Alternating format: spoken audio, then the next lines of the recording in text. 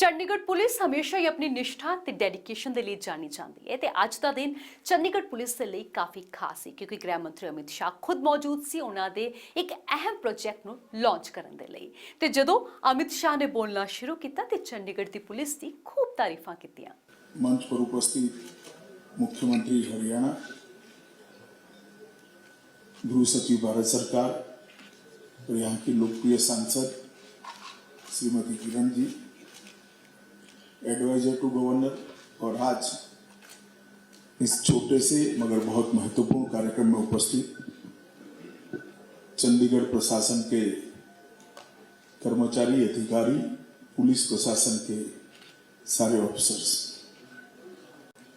आज मैं तो उत्तरी क्षेत्र की काउंसिल की मीटिंग के लिए यहाँ पर आया था। महामहिम ने आग्रह किया कि आज ये अटल स्मार्ट पुलिस योजना ई बीट का लोकार्पण हो रहा है, तो मुझे उपस्थित रहना चाहिए। खैर, लोकार्पण कौन करता है इसका बहुत महत्व नहीं होता है, परंतु जो ये इनिशिएटिव चंडीगढ़ प्रशासन ने लिया है इसका बहुत महत्व है। कई बार छोटे छोटे प्रयोग देश के कोई छोटे से कोने में होते हैं और वहीं से साच अर्थ में एक सफलता की गाथा की शुरुआत होती है, एक नई शुरुआत होती है।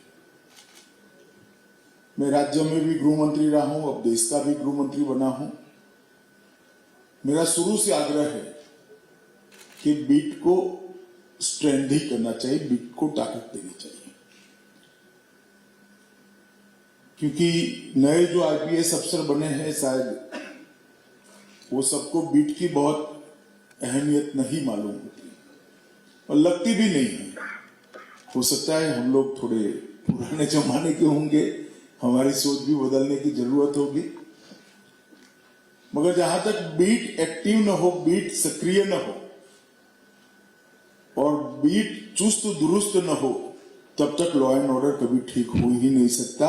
लॉ एंड ऑर्डर ठीक करने की सबसे छोटी इकाई बीट ही बन सकती है, क्योंकि सारी समस्याओं का जानकारी बीट के पास होता है और धीरे धीरे धीरे हमारी कानून और व्यवस्था की प्रक्रिया से बीट लुप्त हो रही है।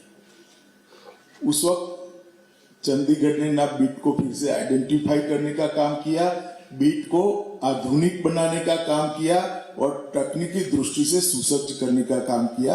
इसलिए मैं चंडीगढ़ प्रशासन को हृदय से बहुत बहुत अभिनंदन और शुभकामनाएं।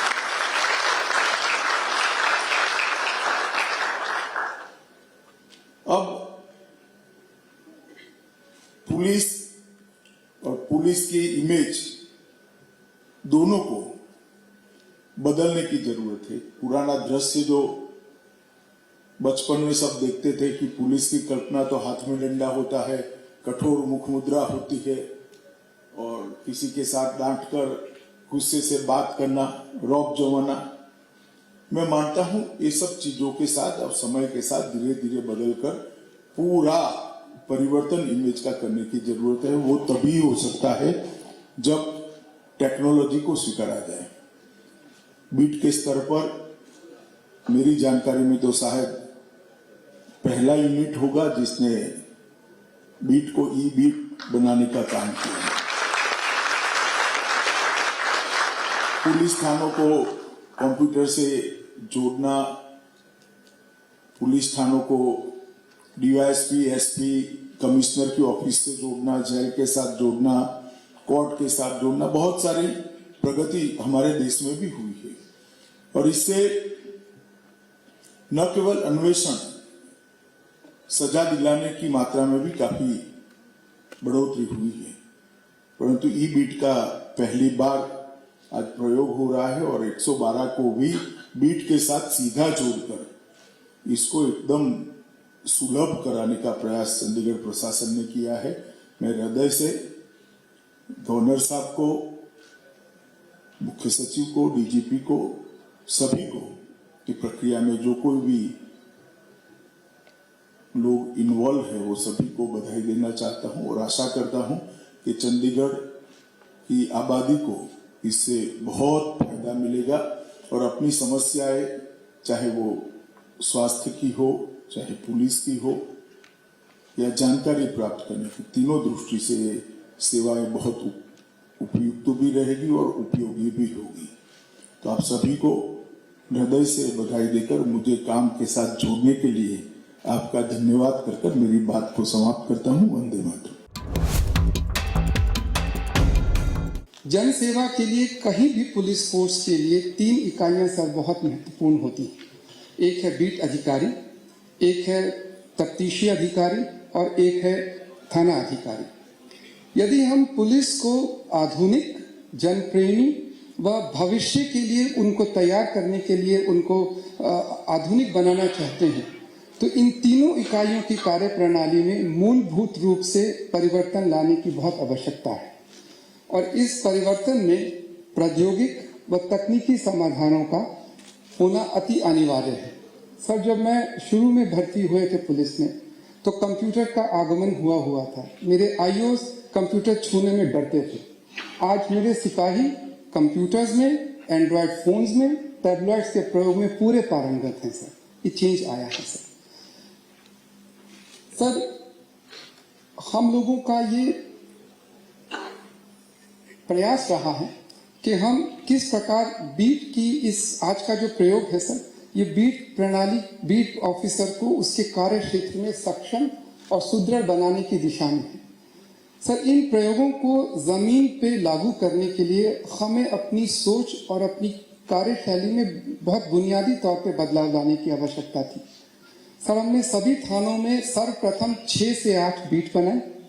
हर बीट में एक हेड कांस्टेबल और 3 कांस्टेबल्स नियुक्त किए गए।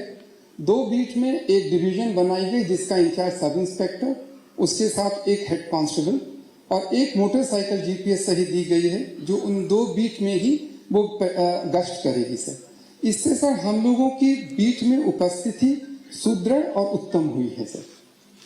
सर, सुप्रीम कोर्ट ने भी आदेश दिए थे कि आपको इन्वेस्टिगेशन और लॉ एंड ऑर्डर को पृथक करना है। सर, इन बीट का जो स्टाफ है, इनका कार्य यही रहेगा कि वे अपने अपराधियों पर नियंत्रण करें, उस बीट में होने वाले अपराधों को इन्वेस्टिगेट करें व वहां के रहने वाले जनता की समाधान करें समस्याओं का व उनसे समन्वय बनाएं सर। इस सब कार्य के प्रति सर, इस सबको सोचते हुए सर हम लोगों ने इस ई बीट बुक का डिजाइन किया था सर, ताकि पूरे पंजाब, चंडीगढ़, हरियाणा और दिल्ली में पंजाब पुलिस रूल के तहत एक बीट कांस्टेबल अपनी एक कॉपी के अंदर बीट से संबंधित सारी अपराधियों की जो इंफॉर्मेशन है वो हाथ से लिखता था, जो उसके पास ही रहती थी। लेकिन अब डिजिटलाइज होने के बाद केंद्रीय सर्वर के ऊपर होने के कारण यह सारी सूचनाएं सभी अफसरों के पास एक क्लिक पर उपलब्ध होगी सर।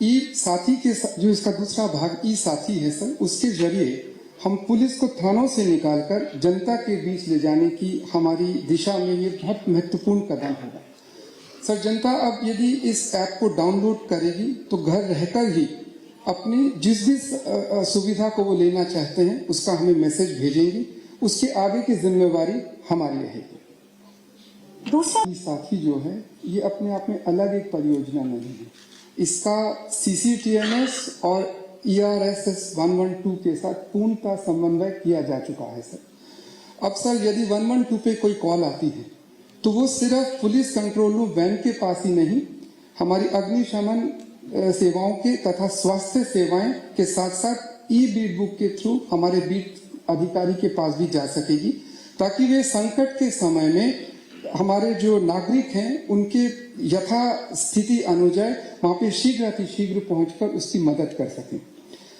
सर। कल जब हम लोग ट्रायल कर रहे थे, हमारी ज्वाइंट सेक्रेटरी MHA साहिबा भी हमारे साथी थी, तो उन्होंने दिल्ली के रजिस्टर्ड 112 ऐप को जब दबाया सर, मुझे बड़ा हर्ष है ये बताते हुए कि तुरंत उनकी लोकेशन हमारे कंट्रोल रूम पर भी आई और उसका रिस्पांस भी शुरू हुआ। उसके साथ साथ दिल्ली में उनके 3 रजिस्टर्ड मोबाइल पर उनकी लोकेशन और उसका सबसे नजदीकी डिस्टेंस भी इमीडिएटली आ गया। It work perfectly fine sir.